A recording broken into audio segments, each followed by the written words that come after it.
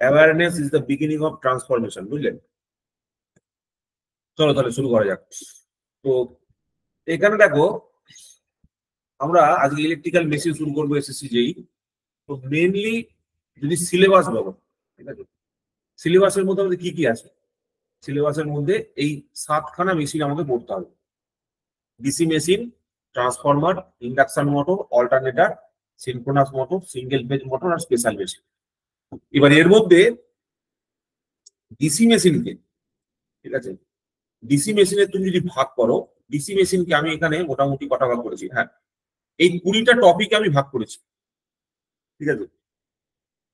Basic, construction, classification, armature winding, এইভাবে এই topic গুলো আমার কাছে খুব ইম্পর্টেন্ট। তার কারণটা হচ্ছে, যখন কোনো টপিকের কোশ্চেন তুমি করতে পারবে না, তখন সেইটাকে এখানে পাশে মার্ক করে রাখবে যে আমি এই কোশ্চেনটা করতে পারলাম না।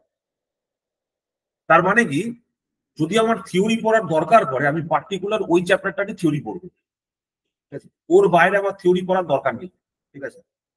তো এইভাবে আমি, দেখো, এখানে ট্রান্সফরমারের মোটামুটি 20-21টা পয়েন্ট তৈরি করেছি, ঠিক আছে। এখানে ইন্ডাকশন মোটরের 10টা পয়েন্ট, ইন্ডাকশন মোটরের 19টা মতো পয়েন্ট করেছি। অল্টারনেটরের দেখো 11টা মতো পয়েন্ট করেছি। সিনক্রোনাস মোটরের 2টো পয়েন্ট করেছি, ইম্পর্টেন্ট পয়েন্ট গুলো। সিঙ্গেল ফেজ মোটরকে এরকম ভাবে ভাগ করেছি, স্পেশাল মেশিনকে ভাগ করেছি, ঠিক আছে। এই ভাগটা তোমরা আমার যেটা আমি করেছি সেটাতেও কপি পেস্ট করতে পারো, অথবা নিজের মতো করেও করতে পারো, ঠিক আছে। যদি আমারটাকেই ইউজ করো, ওয়েল অ্যান্ড গুড। যদি নিজে থেকে করতে চাও, করতে পারো, যেটা খুশি। এটার উদ্দেশ্যটা হচ্ছে কি, এটার উদ্দেশ্যটা হচ্ছে তুমি জানবে যে আমি ইন্ডাকশন মোটর পড়াটা শেষ করেছি। তার মানেটা কি? তার মানেটা হচ্ছে এই 19টা টপিক আমি একবার বই থেকে রিভাইজ করেছি, 19টা টপিক হয়ে গেছে। তার মানে আমার আর ইন্ডাকশন মোটরের থিওরি পড়ার দরকার নেই। Theory of induction motor is complete, ঠিক আছে। তো এই পার্টিকুলার সাব টপিক গুলো, ঠিক আছে, সাব টপিক পর্যন্ত আমি ভেঙে দিচ্ছি, যাতে করে তোমরা সেইগুলোকে সেইভাবে নিয়ে চলতে পারো। আর আমাদের যে নোট খাতাটা রয়েছে, সেই নোট খাতাতে কিন্তু এই অনুযায়ী সিরিয়ালি এইভাবেই কিন্তু লেখা আছে, ঠিক আছে। তো তোমরা এটাকে একটু ফলো করবে, এটা একটু দেখবে, আশা করি তোমাদের ভালো লাগবে। এবার চলে আসছি প্রথম কোশ্চেনে, ঠিক আছে। আজকে মোটামুটি 60খানা কোশ্চেন আছে, ঠিক আছে। আর আমি এখান থেকে আরো অবজেক্টিভ কোশ্চেন তোমাদের করে দিয়ে দেবো। আর মেশিনের আরো একটা ক্লাস হবে, ঠিক আছে। ইলেকট্রিক্যাল মেশিনস এর আরো একটা ক্লাস হবে। তো প্রথম কোশ্চেনটা কি আছে বলো? What is the representation of effective resistance of transformer refer to primary?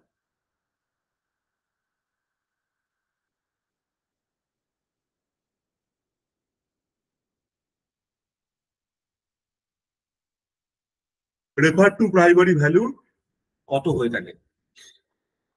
R01।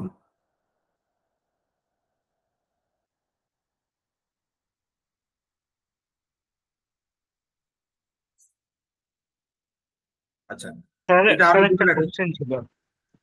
হ্যাঁ, বলছিলাম যে আগের যে টপিক গুলো দেখালেন ওইগুলো নোটস কি গ্রুপে পাঠানো হবে?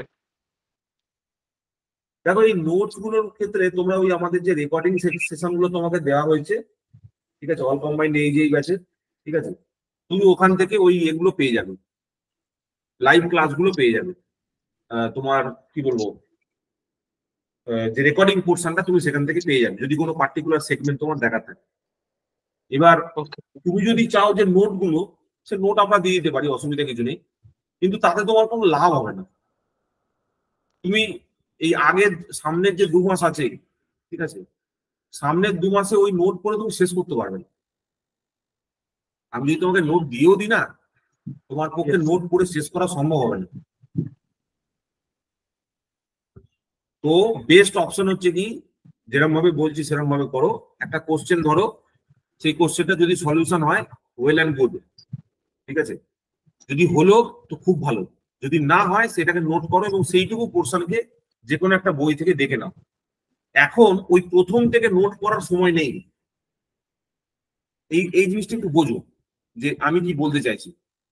আমি যদি আমার বিজনেসের কথা বলি, ঠিক আছে, আমার বিজনেসের কথা বলতে গেলে আমি তোমাদের বলবো তুমি প্রথম থেকে থিওরি পড়া শুরু করো, ঠিক আছে? এটা তুমিও জানো, সবাই জানে যে 2 মাসে কখনো সবকটা থিওরি পড়ে তুমি শেষ করতে পারবে না, পাগলা হয়ে যাবে। কি বললাম বুঝতে পারলে? থিওরি পড়ে তুমি কোনো সাবজেক্টকে শেষ করতে পারবে না, ওটা মাথার উপর বোঝা নেওয়া ছাড়া কিচ্ছু হবে না। Okay sir. তুমি প্রথম কথা হচ্ছে ওই স্পেসিফিক কোশ্চেনটাতেই পৌঁছতে পারবে না, কোনটা ইম্পর্টেন্ট, যে কোন কোশ্চেনটা পড়লে আমার এটা হয়ে যাবে।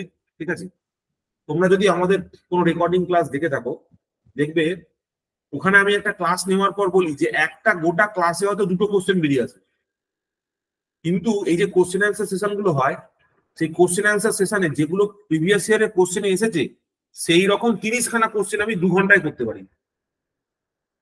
ঠিক আছে, ওখানে 2 ঘন্টা থিওরিটিক্যাল পড়ানোর পর হয়তো 2টো বা 3টে কোশ্চেন আসে যেগুলো পরীক্ষায় এসছে, আর এখানে আমি 30খানা কোশ্চেন করতে পারি 2 ঘন্টায়, যেটা পরীক্ষায় এসছে।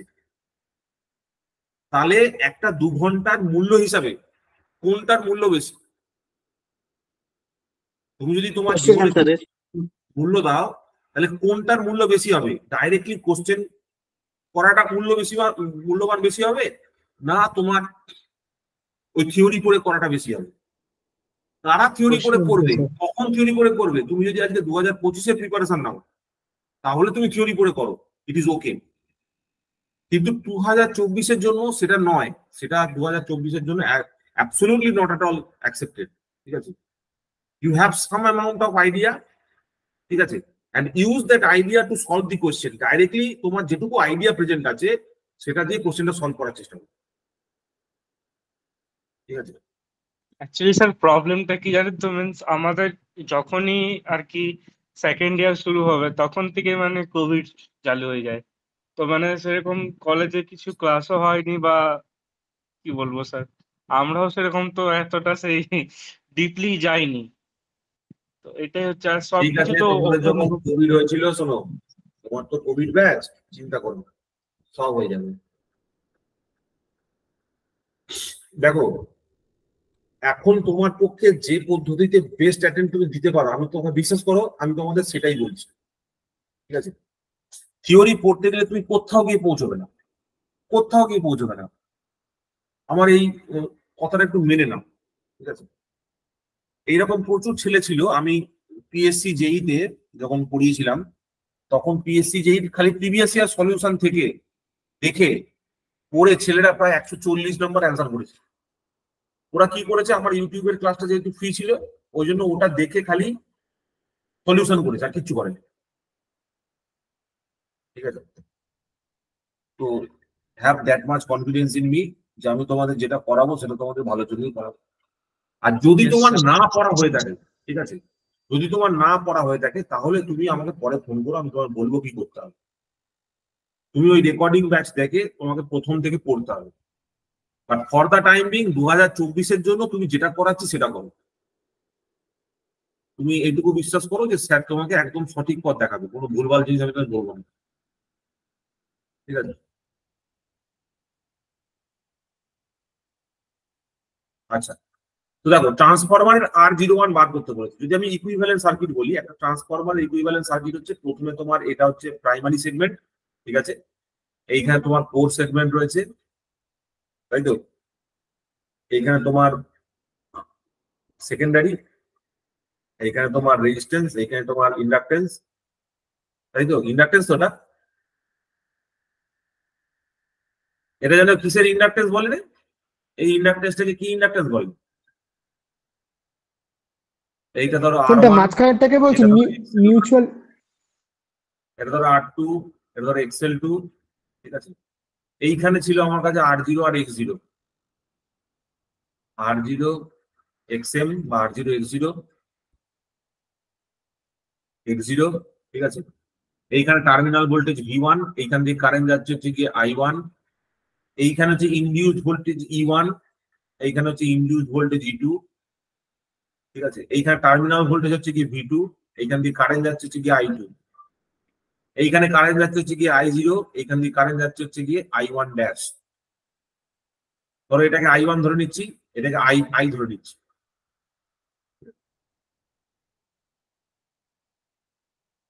তাহলে আমাদের বলেছে R01 মানে কি? R01 মানে হচ্ছে সেকেন্ডারি রেজিস্ট্যান্সটাকে আমাকে প্রাইমারিতে কনভার্ট করতে হবে। তো আমি বলেছিলাম R01 is equal to R1 plus sir option C হবে R2 বাই K স্কোয়ার। ঠিক আছে, যেখানে কেটা কি, কে মানে কি, দ্য ডেফিনেশন অফ কি টু, কে আমার কাছে কি জিনিস, ট্রান্সফরমেশন রেশিও। ট্রান্সফরমেশন রেশিও কিছু নয়, n2/n1 ফর, হ্যাঁ transformation, sorry transformation ratio for কার জন্য, ফর বলো ডিস্ট্রিবিউশন ট্রান্সফরমার, ডিস্ট্রিবিউশন ট্রান্সফরমার। ঠিক আছে, ডিস্ট্রিবিউশন ট্রান্সফরমার মানে কি, ডিস্ট্রিবিউশন ট্রান্সফরমার জেনারেলি কিরকম হয়, একটা স্টেপ ডাউন ট্রান্সফরমার। ঠিক আছে, this is what it is, K for B transformation ratio. ঠিক আছে, transformation ratio distribution for distribution transformer or step down transformer এটা। ঠিক আছে, তো R01 ইজ নাথিং বাট, যদি তুমি এটাকে ইকুইভ্যালেন্ট কনভার্ট করো, equivalent resistance equivalent circuit convert করো, তখন তুমি কি পাবে, এইখানে একটা R01 পাবে, এখানে একটা X01 পাবে। ঠিক আছে, X01 পাবে, এখানে তোমার চলে আসছে কি তখন V2, এখানে তোমার চলে আসছে কি V1, এটা তোমার ইকুইভ্যালেন্ট সার্কিট হয়ে যাচ্ছে তখন। দিস ইজ দি, এইটা হচ্ছে এক্সাক্ট ইকুইভ্যালেন্ট সার্কিট, আর এইটা হচ্ছে কি তোমার approximate equivalent circuit, approximate equivalent circuit.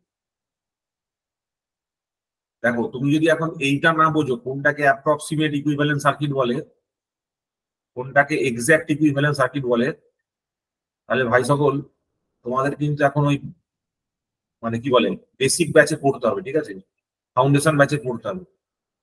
এইটা হচ্ছে তোমার exact equivalent circuit, exact equivalent circuit. কারণ এত সময় নেই, 45 সেকেন্ড সময় আছে। ঠিক আছে, 45 সেকেন্ড টাইম উই হ্যাভ, তাহলে এইটা আসছে তাই তো।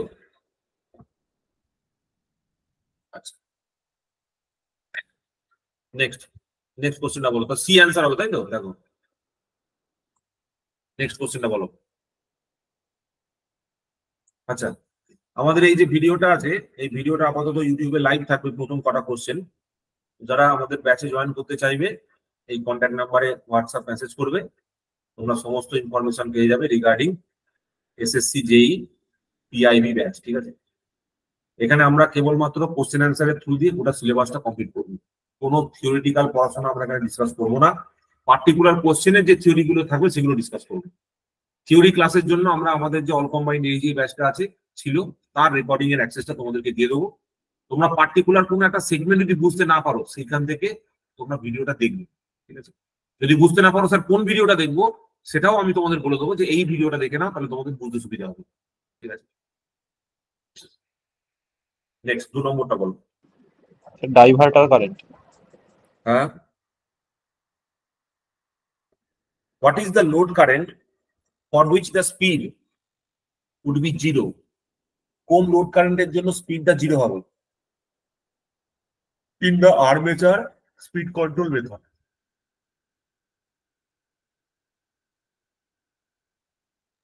লোড কারেন্ট 0 হওয়া মানেটা কি? এটাকে বলে স্টলিং কারেন্ট, যেখানে মোটরটা দাঁড়িয়ে গেছে। ঠিক আছে, load current for which the speed is 0, speed 0 মানে কি, মোটরটা দাঁড়িয়ে গেছে, এটাকে বলে স্টলিং কারেন্ট, যেখানে স্টলড হয় মোটরটা। ঠিক আছে, তো এইগুলো সব দেখো, এটা ট্রান্সফরমারের কোশ্চেন, এইটা হচ্ছে ডিসি মোটরের কোশ্চেন। ঠিক আছে, পরীক্ষার সময় কিন্তু ভাই সব কটা মিশিয়ে আসবে।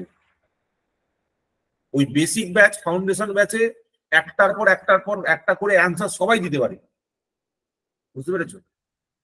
একটা ডিসি মেশিনের থিওরি পড়লাম, তারপর ডিসি মেশিনের কোশ্চেন অ্যান্সার করলাম, সেটা সবাই পারে। কোশ্চেন থিওরি পড়ার পর কোশ্চেন অ্যান্সার সবাই করতে পারে। তুমি যখন multiple question multiple concept mix হয়ে থাকবে এবং তোমার এক্সিস্টিং যে আন্ডারস্ট্যান্ডিং অফ দি সাবজেক্ট, সেখান থেকে যখন একটা অ্যান্সার করার চেষ্টা করবে, তখন তোমার আসল দমটা বোঝা যাবে যে তুমি কতটা বুঝেছো।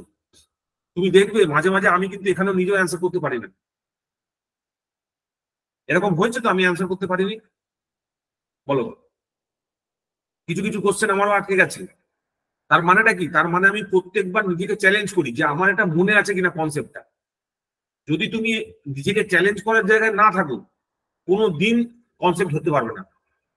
যে পার্টিকুলার কোন জিনিসটা আমার ভুল হচ্ছে, আমি কোন জিনিসটা ভুলে যাচ্ছি।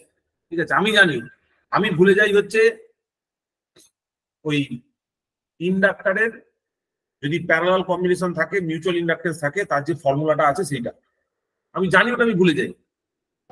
এইভাবে তোমাকে তোমার ভুলে যাওয়া জিনিসটা ধরতে হবে। আর স্যার এই লুপ, ব্রাঞ্চ আর নোডের ইকুয়েশনটা, হ্যাঁ, ওই যে যেটা বললো ব্রাশ আর নোডের ওই যে ইকুয়েশনটা, ঠিক আছে, এল ওইটা আমি ইকুয়ালস টু ভুলে যাই। ওইটা। তো ওটা তোমাকে ধরতে হবে যে দেখো ভুলে যাওয়াটা কোনো প্রবলেম নেই, কিন্তু তোমার মিস্টেকটা কোনটা হচ্ছে সেটা আইডেন্টিফাই করে নেবে। আমার খাতার মধ্যে ওই ফর্মুলা এখানে আসে, ও জানে আমার এখানে খাতার মধ্যে লেখা থাকে যে আমি কোনটা পারি না। অ্যাকসেপ্টিং ইউর প্রবলেমস, ঠিক আছে, অ্যাকসেপ্টিং ইউর উইকনেসেস, মানে তোমাকে অনেক দূর নিয়ে চলে যাবে। বলো পরের কোশ্চেনটা, what is the significance of back EMF in a DC motor? Sir option A. Controls the flux linkage.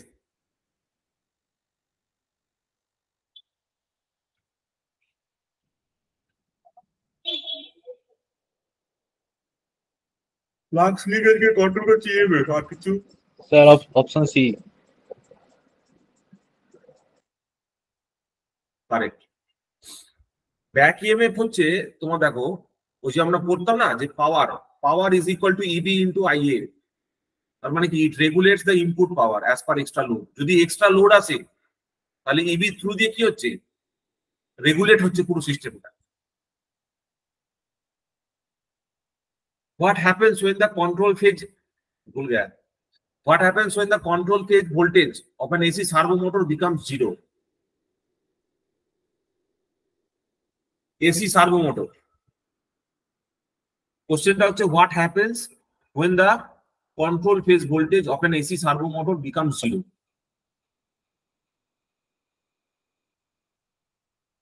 Sir, option D.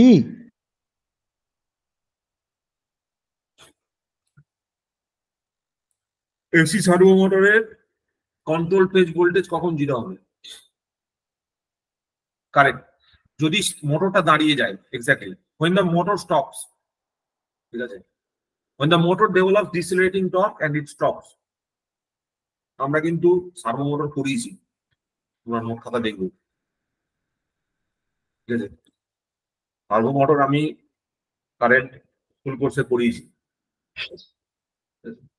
তোমরা এই জিনিসটা আইডেন্টিফাই করো, পার্টিকুলারলি কোন কোশ্চেনটা এলো। সার্ভো মোটর টপিকটা লিখে রাখো, সার্ভো মোটর। ডিসি মোটরের কোত্থেকে কোশ্চেন এলো, ব্যাক ইএমএফ থেকে কোশ্চেন এলো, ঠিক আছে। এই যে প্রথমে চার্ট গুলোতে এতগুলো সিরিয়াল নাম্বার লিখেছি, যে টপিকটা পারলে না তার পাশে একটা ডট মেরে দেবে টুক করে, ঠিক আছে। পরে যখন পরীক্ষায় কোশ্চেনটা সলভ করবে এটা একবার, তখন ওখানে পাশে একটা ডট মারবে, ঠিক আছে। কিভাবে ডট মারবে সেই স্ট্র্যাটেজিটাও বলে দিয়েছি, ঠিক আছে, মনে আছে তো? স্টারের তলায় দাগ, গোল্লা আর দাগ, এই চারটে হচ্ছে কোশ্চেনের টাইপ, ঠিক আছে। এই রাইট চিহ্ন মানে হচ্ছে তুমি পেরেছো, জিরো মানে হচ্ছে you have no idea, star মানে হচ্ছে যে তুমি এরকম হয়েছে তুমি মিস্টেক করেছো, কোশ্চেনটা করতে গিয়ে মিস্টেক করেছো, কোনো সলিউশনটা তোমার জানা ছিল কিন্তু ভুল হয়ে গেছে। আর এইটা হচ্ছে আন্দাজে ঢিল মেরেছো, সেই কন্ডিশনে ঠিক হয়েছে। আন্দাজে ঢিল মেরেছো, টুকা মেরেছো, ঠিক হয়ে গেছে, ঠিক আছে। এই চারটেই কোশ্চেনের ভাগ হয়, বুঝতে পেরেছো? তোমার যদি কোনো জিনিস, কোনো একটা পেপারকে বারবার রিভিশন করতে হয়, তাহলে এখানে 7টা কোশ্চেন আছে, তো তুমি রিভিশন করবে কি করে? তুমি প্রত্যেকটা কোশ্চেনকে না এইভাবে মার্কিং করবে। মার্কিং করা হয়ে গেলে পরের বার যখন রিভিশন করবে, কেবলমাত্র এই কোশ্চেনটা করবে আর এই কোশ্চেনটা করবে, যেটা তুমি মিস্টেক করেছো আর যেটা তুমি ভুলে মানে একদমই জানতে না, ঠিক আছে।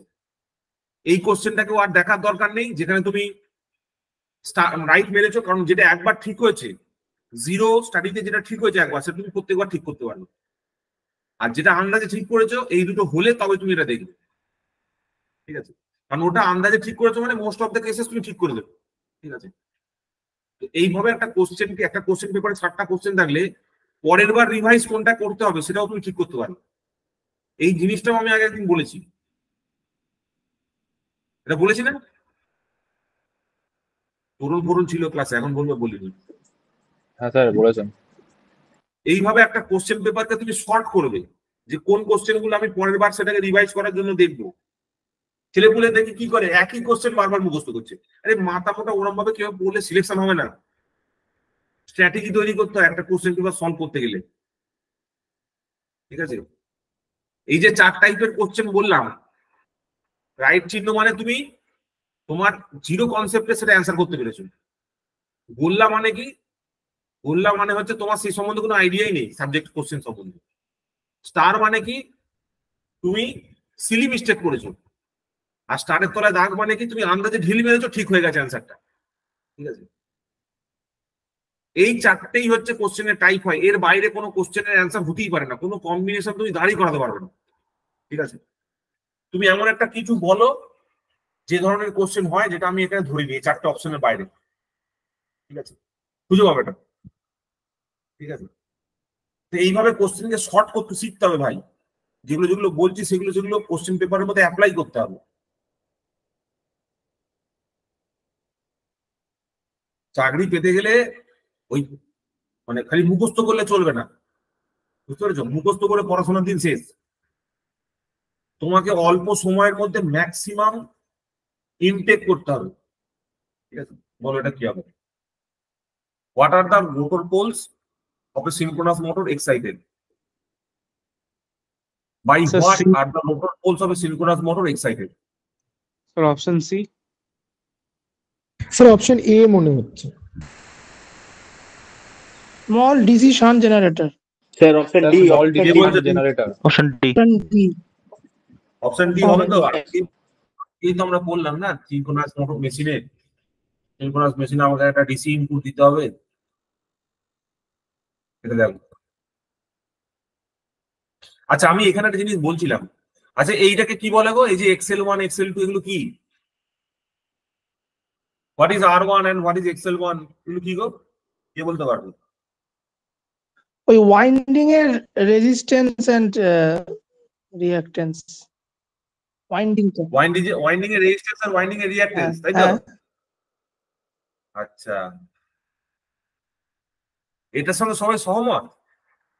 R1 মানে ওয়াইন্ডিং এর রেজিস্ট্যান্স আর ওয়াইন্ডিং এর রিঅ্যাক্ট্যান্স XL1 XL2, সবাই সহমত? আরে হ্যাঁ বা না কেউ বল রে।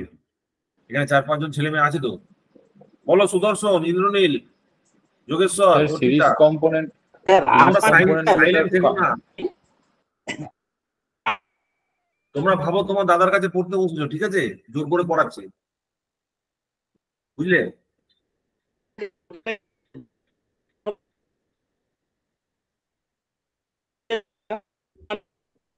কি হবে বলো?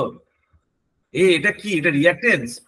হ্যাঁ, তো তো বাণিজ্য খেয়ে নিবি সব। মানে রিঅ্যাক্ট্যান্স মানে ওই ইন্ডাকটিভ যে রিঅ্যাক্ট্যান্স, ইন্ডাকটিভ রিঅ্যাক্ট্যান্স। তোমার মাথা ফাটিয়ে দেবো আমি।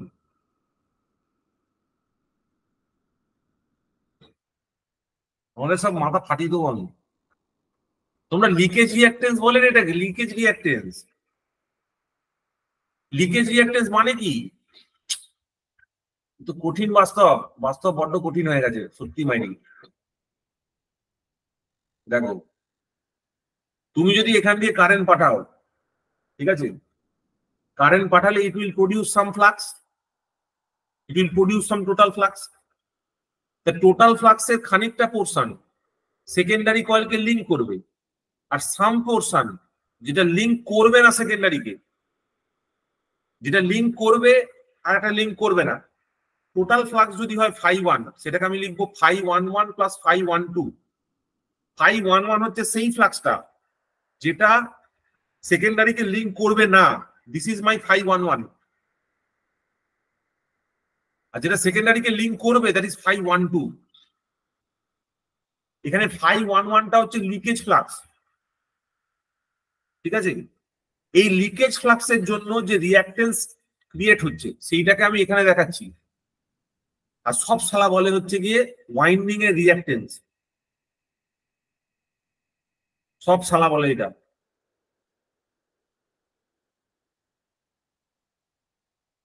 তোমরা বলো তো, তোমরা এগুলো কে জানতে যেটা লিকেজ রিঅ্যাক্টেন্স বলে এটাকে?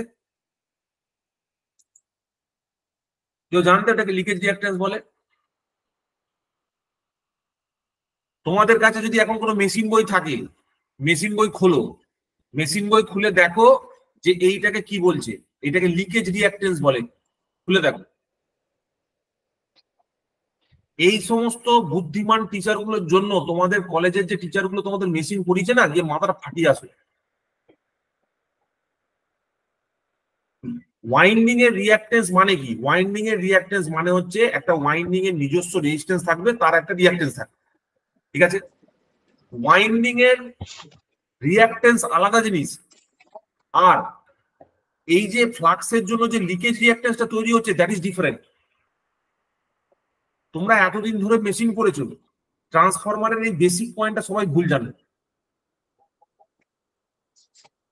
এই জিনিসটা যেটা বললাম তারা কে কে জানতে বলো তো, সত্যি কথা বলো।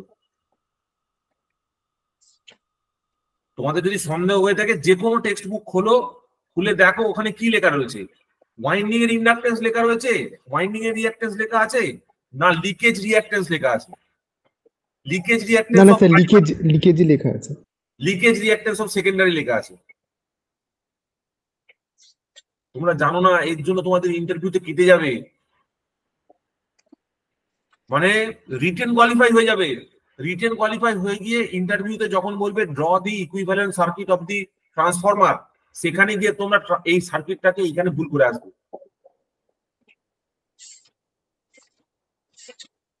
ঠিক আছে? শোনো, কেউ পয়সা দিয়ে, তোমরা সবাই পয়সা দিয়ে পড়েছো, দোষটা তোমাদের নয়। দোষটা একটা জিনিস জানবে, যখন আমিও পড়াবো না, সেইটাকে তোমরা একবার যাচাই করবে, যাচাই করে দেখবে যে স্যার ঠিক পড়াচ্ছে কিনা। তুমি আমাকে ক্রস কোশ্চেন করবে যে স্যার আপনার এটা ভুল হয়েছিল। এই ক্রস কোশ্চেন করার ব্যাপারটা যদি তোমাদের মধ্যে আমি যদি না জন্মাতে পারি, ঠিক আছে, তাহলে আমার পড়ানোটা ভুল হচ্ছে। যখন তুমি আমাকে ক্রস কোশ্চেন করবে না, তখন তার মানে কি তুমি পড়াশোনা করছো, পড়াশোনা করছো বলেই আমাকে ক্রস কোশ্চেন করতে পারছো। আর যদি আমি যেটা বলছি খালি শুনতে থাকো, তাহলে প্রবলেমটা কি বলতো, তোমাদের ডাউট কখনো ক্লিয়ার হবে না। আমি পড়ানোর পরও তোমাদের থিওরিটা পড়তে হবে, ঠিক আছে, বইটা পড়তে হবে। হরমোহন, তোমাদের কে ক্লাস স্যার, নিত? হ্যাঁ আমাকে বলছেন স্যার? স্যার এটা আপনি বলেছিলেন, আমি ভুলে গেছি। হ্যাঁ, তোমরা এগুলো মানে ভুলো না, এগুলো তো না আপনি চাকরি চলে যাবে। বলেছিলেন যে ওই x2টা কারেন্টের উপর ডিপেন্ড করে, আর যেটা ভোল্টেজের উপর নো লোডের আর কি, সেটা প্যারালালে হ্যাঁ, দেখানো হয়েছে। তো তোমরা এগুলো চাকরি চলে যাবে, তোমাদের তোমাদের সিলেকশন হয়ে ইন্টারভিউতে কেটে যাবে তোমরা। এগুলো হচ্ছে ইন্টারভিউর কোশ্চেন, জানো তো? কারণ এটা জানে প্রত্যেকটা কলেজের টিচার ভুলভাল পড়ায়, প্রত্যেকটা কলেজের টিচার 100%, 100 কলেজের টিচার বলে ওয়াইন্ডিং এর রিঅ্যাক্টেন্স। মানে হয়তো 100টা টিচার থাকলে খুব ভালো কলেজগুলোর 2টো বা 3টে টিচার হয়তো সেই কথাটাকে ঠিক বলবে, লিকেজ রিঅ্যাক্টেন্স, ঠিক আছে? এটাকে নিয়ে আমি আর ঘাঁটবো না, কারণ এটা আমি জানি, এটাতে ইন্টারভিউতে ছেলেগুলো কাটা পড়ে এই সেম কোশ্চেনের জন্য।